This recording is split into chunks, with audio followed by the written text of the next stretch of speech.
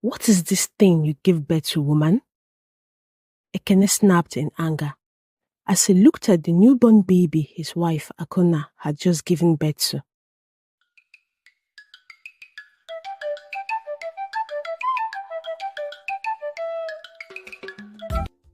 Akona was the most beautiful woman and the dream of every man in the village of Nanka. As a young woman ready for marriage, every man in Nanka village wanted her to be their wife because she was not only physically beautiful, but also had good characters and excellent home training. For most men interested in marrying Akona, one of the reasons was to have a beautiful daughter who could be a replica of her mother. Among all the men who wanted to marry Akona, she chose Ekene because he was a brave man who knew what he wanted and was deeply in love with her. Akona and Ekene got married and their marriage was going well. Akona conceived after a year of marriage and Ekene Joy knew no bond when he found out that Akona was pregnant with a baby girl. I am so happy to have a mini you. She will look so much like you, Ekene would tell Akona in happiness. Aside from Ekene, everyone in the village wanted to know what Akona's baby would look like. Many speculated that she would be even more beautiful than her mother. On the fateful night Akona went into labor, the villagers gathered around the hut where she was giving birth, waiting for her to bring her child into the world. The midwives, experienced and skilled, had gathered in Akona's house to assist with the delivery. As the labor progressed, the midwives encouraged Akona with kind words and gentle touches. Hours passed and finally the moment arrived. With one last push, Akona brought her baby into the world. As the midwife quickly took the child to clean and examine, there was a sudden silence in the room. Each of them were startled and shocked. Akona's baby had a massively large head, extremely large for a child. Ekene rushed into the room, excited to see his beautiful baby girl, but was shocked to see the big-headed baby lying there. What is this thing you gave birth to, woman? Ekene snapped in anger as he looked at the newborn baby. He stormed out of the room in anger. Akona was also shocked and confused to see how big her baby's head was. She was scared to carry her, but when the baby let out her first cry, Akona's heart melted. She carried, kissed, and embraced her, and named her Nkiru. Years later, as Nkiru grew, so did her head, and she was persistently ridiculed by everyone in the village, including children and adults. They would mock her and call her Nkilu, the calabash head, pointing and laughing whenever she passed. Among all the villagers who mocked Nkiru, Ebuka, the prince of the village, took a special interest in mocking her harshly. Whenever he was bored, he would purposely send his guards to fetch Nkiru to the village palace just to tease her and laugh at her. He would make jokes about her head and ask her to place things on it, and him and his friend would laugh about it. These constant ridicules created deep wounds in Akona's heart. She would cry day and night, wishing her head was normal like everyone else in the village. Her mother would always calm her down and remind her never to pay attention to the insults or jests of the villagers or the prince. But for her father, he hated the sight of her and didn't want it to associate with her or call her his daughter. Whenever the villagers and Prince Ibuka mocked and laughed at Nkiru, she would run into the village forest, seeking comfort among the trees and plants. The forest became her refuge, a place where she could escape the cruel words and find peace. She spent hours wandering through the dense forest, marveling at the beauty of nature and collecting various herbs and plants. Over time, through her time spent in the forest, Akuna developed a deep understanding of herbal medicine and natural remedies from the plants. She observed how some plants had a soothing scent while others seemed to heal injuries. Curious and eager to learn more, she started to experiment with the herbs she found. She crushed leaves, infused teas, and made potions, carefully noting their effects. She learned that certain plants could ease pain, reduce fever, and heal any wounds, while some will even make anyone sleep. With deep interest, she kept making potions with leaves, hoping that one day she would create a potion that would reduce the size of her head. One day, the villagers were celebrating a festival, and all villagers gathered in the main square, happily enjoying the music, food, and games. Nkilu was there too, hoping to have a good time despite the usual teasing. The prince saw her and decided to make everyone laugh at her expenses. He climbed onto a stage in the middle of the square and called out loudly, "Ladies and gentlemen, I have a special announcement. Today, we will have a contest to see who can balance the most apples on their head." Everyone turned to look, curious about this new game. The prince continued, "But there is only one person who can win this contest. Let's have Nkilu come up here. With her calabash head, she can surely balance the most apples." The crowd burst into laughter, and Nkilu felt her shake, born with embarrassment. She wanted to run, but she stayed, her eyes downcast. The prince, enjoying the laughter, handed her a basket of apple. "Come on, Nkilu," he said with mockery. "Show us how many you can balance." "Please stop," Nkilu said quietly, her voice shaking with sadness. The prince laughed again. "Oh, don't be serious, Nkilu. We're just having a bit of fun." With trembling hands, Nkilu took the basket. She carefully placed one apple on her head, then another. The villagers watched, whispering and giggling. As she tried to balance the third apple, it fell, and the audience burst into laughter. The prince laughed the loudest, pointing at her. "See? Even with that big head, she can't balance more than 2 apples." Nkilu burst into tears. She quickly picked up the fallen apples and ran away while the prince and the villagers continued to laugh behind her. She kept running until she reached the edge of the village and then continued into the forest. Eventually, she slowed down, sank to her knees by the large tree, in tears and trying to calm herself down. As she wiped her tears away, she heard a faint cry nearby. Startled, she looked around and spotted a man lying on the ground a few feet away. He was injured with a deep cut on his face and bruises on his arm.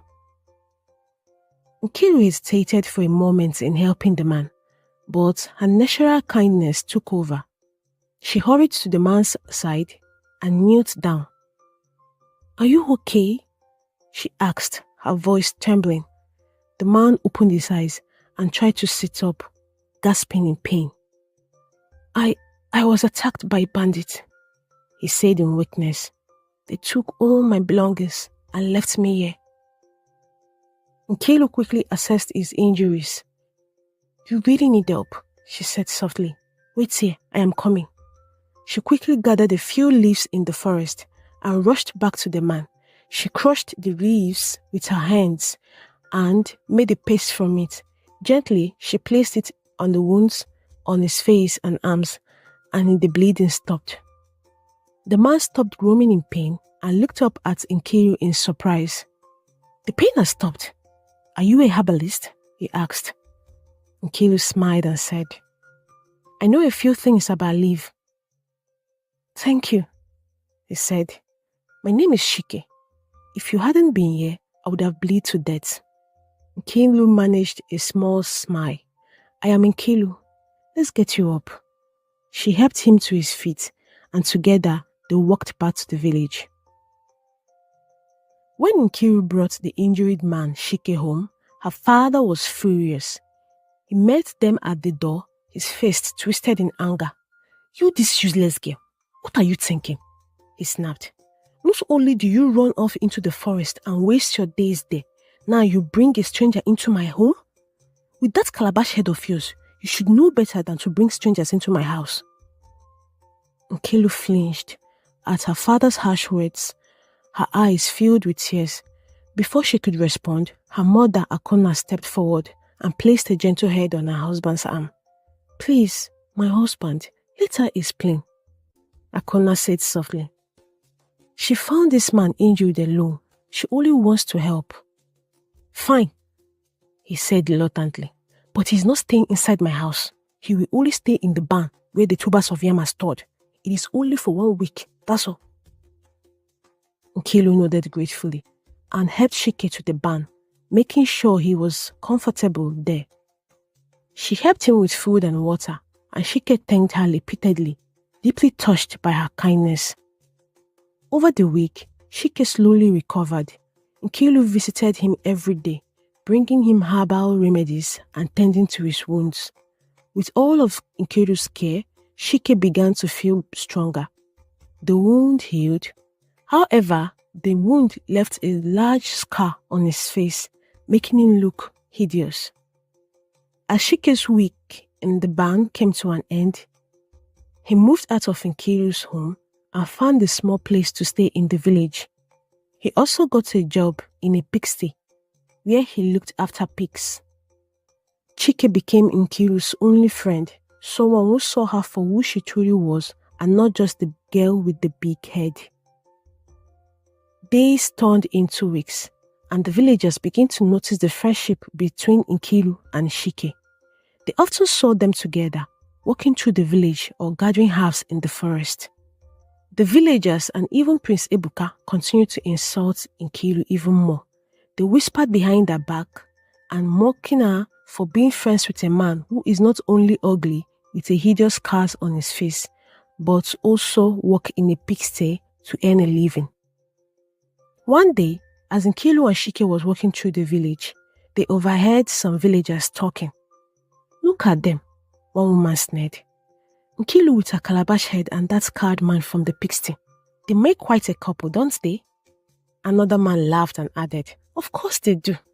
Maybe she thinks one day her knowledge of herbs will miraculously remove the ugly mark on his face and make him look as she wants, the man said in jest. The prince, who is standing nearby, couldn't resist joining in the jest. He said, Who else will she be with? She has finally found her type. He walked up to Nkiru and Shike and said, Nkiru, why don't you like do things for yourself? Of all the villagers, you choose to be with this type of man? He laughed. Oh, I forgot. It's obvious. He's the only one who can be with you because you both complement each other. He mocked and laughed. Nkiru felt her heart ache at his cruel words, but she quietly turned to Shike, who equally looked hot and sad, and said to him, Let's go. As they walked away, Shike sighed and said, I'm sorry, Nkiru. Maybe it's better if we don't spend so much time together. No, please, don't listen to them. I don't care what they say. None of them wanted to be friends with me or associate with me until you came. Why is it their concern now who I'm friend with? Shike smiled. Thank you, he said. Your friendship means more to me than anything. I wonder how I would have coped in this village if you were not here. Well, we are here for each other, Nkiru said and smiled. One day, we will both find partners who will fall in love with us and accept us the way we are, she said. One day, a severe illness struck the village. The village water supply was contaminated and many villagers fell sick, including the king. The popular village healer, who was known to treat anything, couldn't find a cure to this sickness and panic spread through the community as people began to die. Desperately, the villagers, including the king, turned to Nkiru for help. No, I don't care. Let them all get sick. Why should I help them? Have they forgotten I am the same Nkiru they insulted and calling names because of my head? Nkiru said in anger when her mother told her the king needed their help. Nkiru, my daughter, don't say that, her mother pleaded. You must not repay evil with evil. You have a good heart. Don't let anyone take that away from you. Use the gifts you have to do good. Maybe that's how God wants to turn things around for you. Nkiru sighed, touched by her mother's kind words. Mama, if not for you, I won't agree. Nkiru said, It's okay, my daughter. Every good deed has a reward. You know so much about herbs. Go find a cure. Nkiru nodded, determined to help. Shike helped her, and they both worked hard, searching the forest for the best herbs and preparing remedies. Nkiru treated the sick, staying by their sides day and night. Slowly, the villagers began to recover. The king too regained his strength, thanks to Nkiru herbal medicine. In no time, everything was back to normal in the village. One hot afternoon, Nkiru was sleeping in her room when her mother suddenly rushed in to wake her up. Nkiru, Nkiru, she tapped in excitement. Wake up, someone is here to see you, her mother said. Who? Nkiru asked, still sleeping. Come and see, her mother said, and ran out in joy. Nkiru was still sleepy, but she was curious about what could make her mother this excited. Slowly, she walked out of the hut and was surprised to see many villagers gathered around the hut, including Shike. All of them were looking surprised with anticipation. Prince Ebuka was there too. By the corner of her hut, there were gifts of foodstuff, beautiful attires, jewelries, and drinks.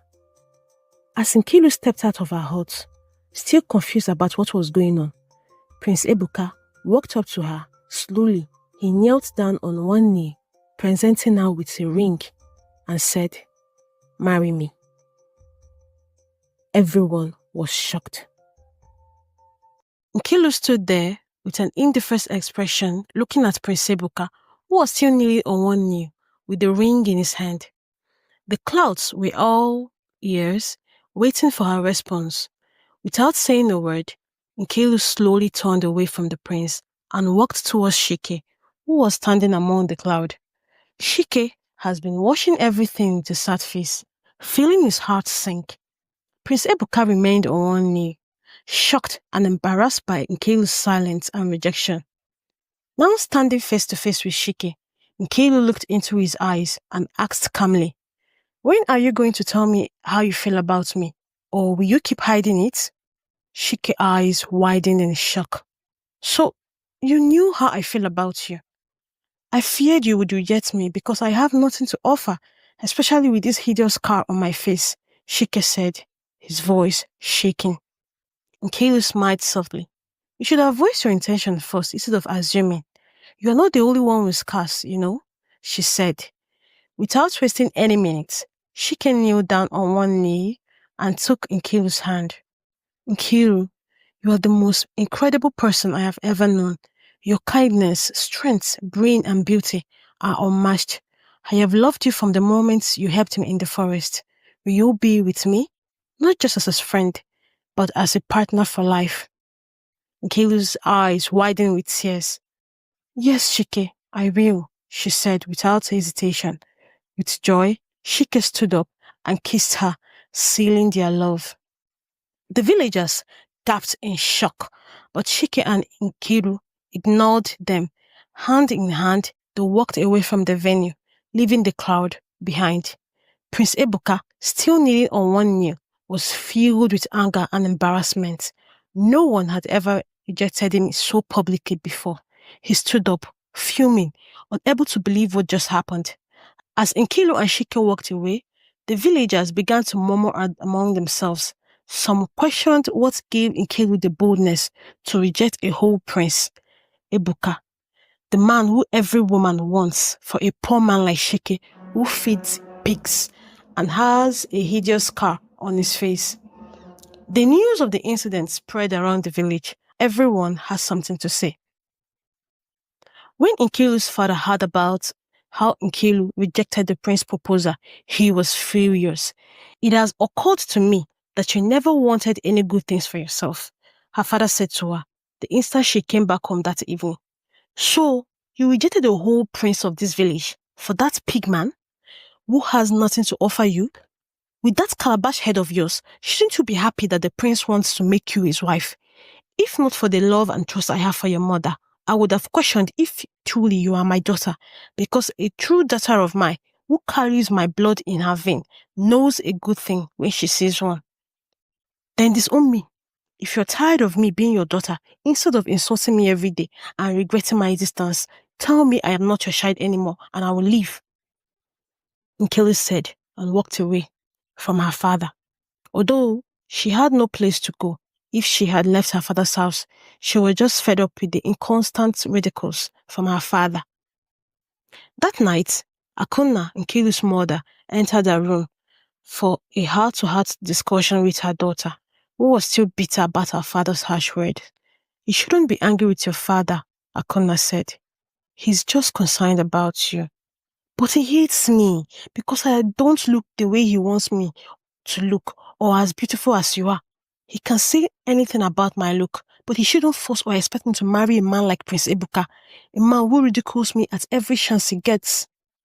Akona looked at her daughter carefully and asked, but how much do you know about Shike? I know you met him in the forest after he was attacked by a bandit, but you still don't know much about him or where he comes from. I have asked him several times, Mama, but he doesn't remember. He has lost memories about his past or where he comes from. The bandit who beat him had left him in that condition. Akona nodded and simply added, but what if he's lying to you? Nkilo was taken aback by her mother's words. She had never thought about that concerning Shike. Her mother continued, he seems like a good man. Yes, and he seems like he truly loves you, and you love him back. But you shouldn't marry a man without identity. You are not even sure if his real name is Shike. I am not saying you should accept Prince Ebuka's proposal. You are the one to make that decision, not us, your parents.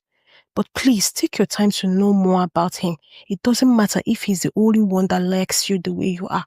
To me, you are still priceless, regardless of your look. After listening to her mother's advice, Nkilu made up her mind to visit Shike early the next morning to make more inquiries about him again, about who he truly was. Although he had told her he didn't remember much about himself, hopefully, maybe, asking him about it again will regain his memories. Very early the next morning, Nkilu was a short distance from Shike's house when she saw some palace guards entering inside, armed with machetes and cutlasses.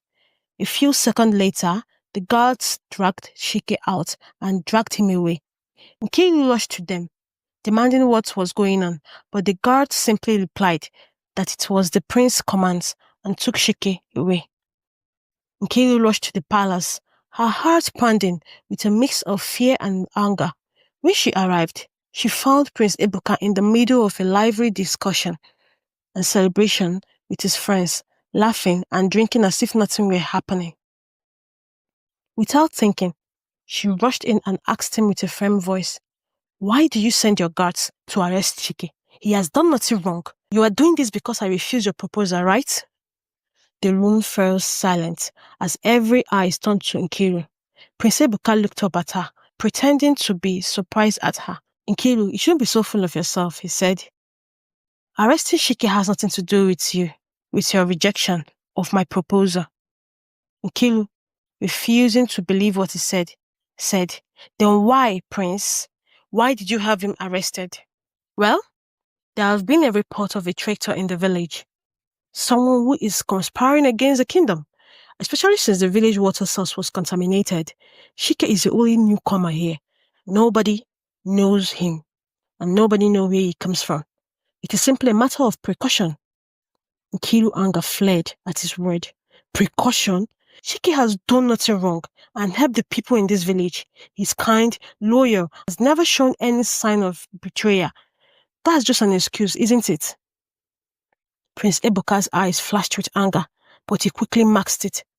I don't need to justify my actions to you, Nkiru, he said coldly. As the prince of this kingdom, it is my duty to protect this kingdom. Shike's background is suspicious. Until we know more about him, he will remain in the palace custody. And moreover, when do you start talking back at me? Kiru's voice trembled with emotion. This isn't right. You know it. You are doing this because of I choose Shike over you. Prince Ebuka's friends exchanged an easy glance. Sensing the tension in the room, the prince stood up with anger. Enough, Nkiru, he snapped. You will not accuse me of such pettiness in my own palace.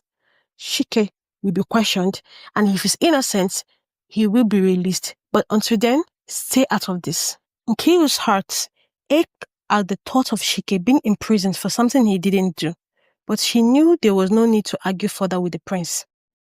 You may have the power now, Prince Ebuka, she said to him, but the truth will come out, and when it does, I hope you will be judged by your action. You will see about that.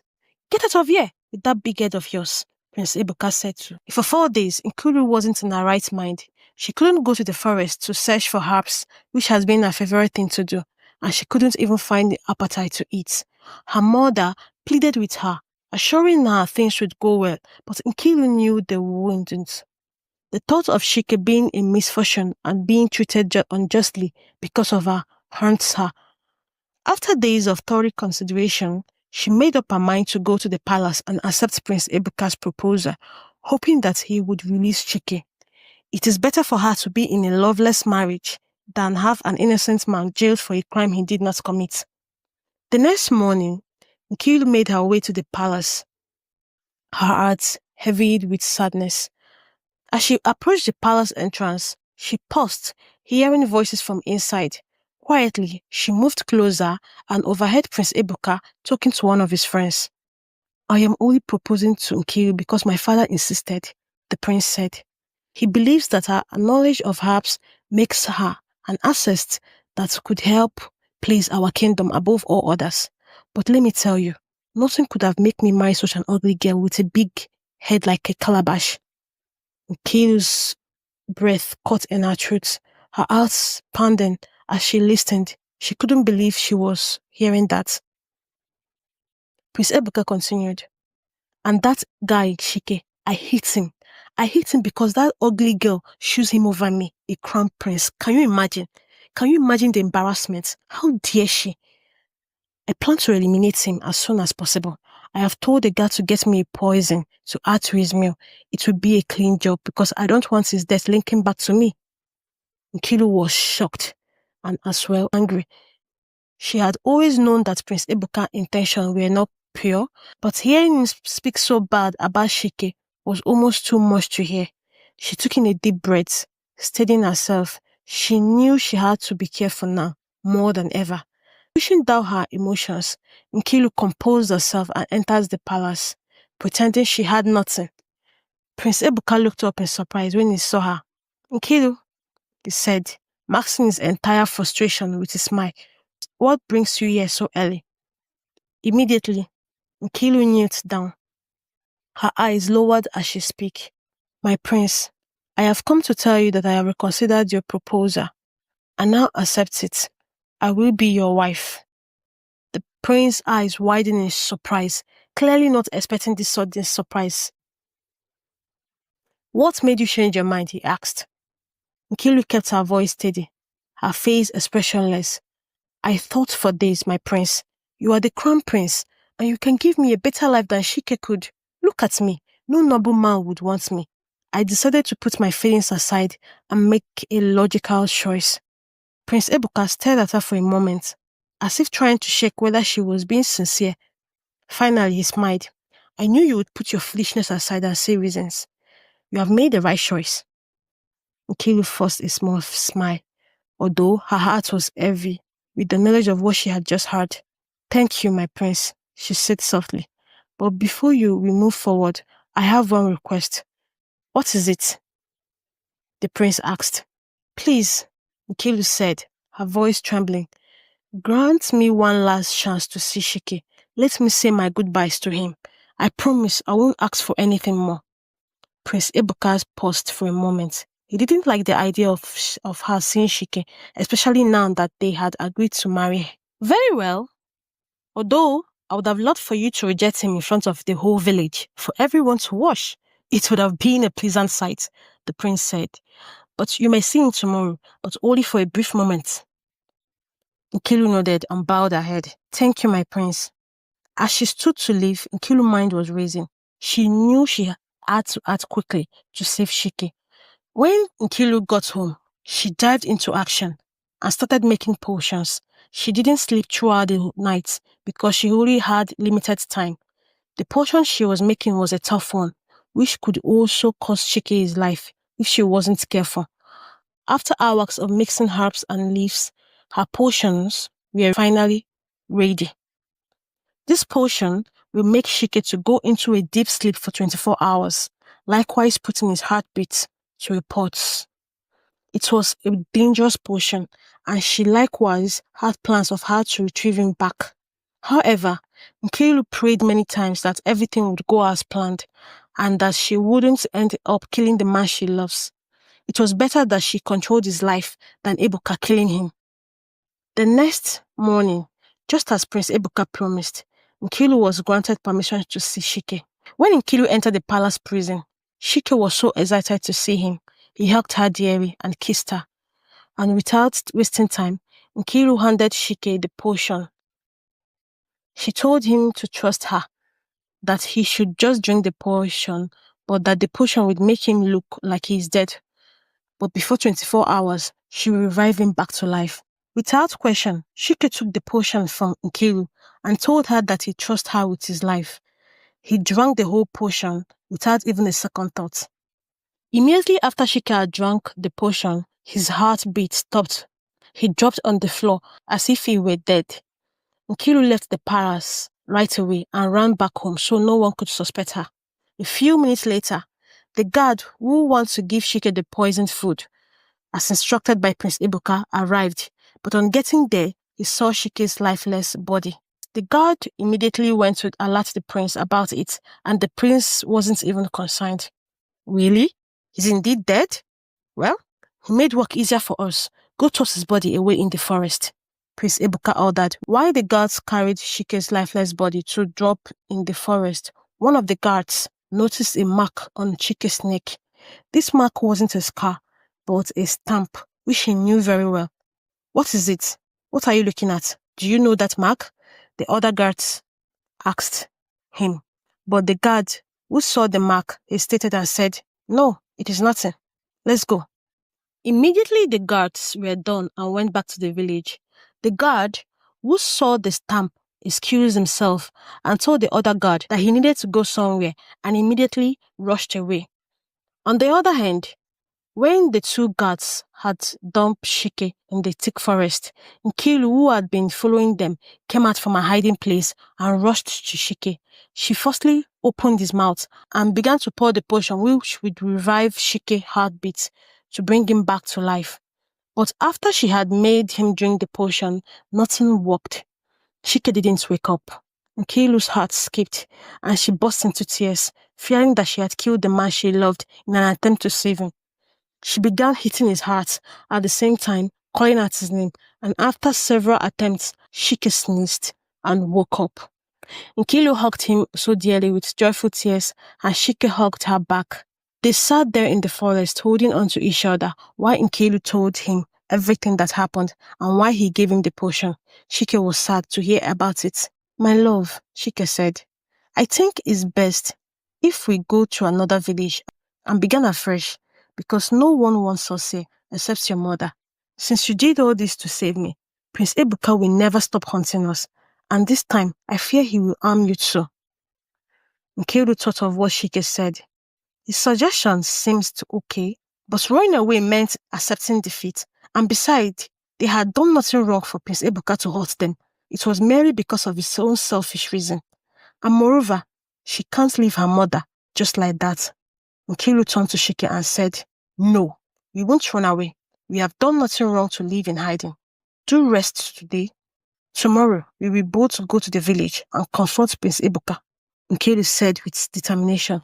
Shike sighed, knowing fully well that the woman he loves is one who would never run away in time of danger. Fine, if you say so, he replied, and placed a quick kiss on her forehead.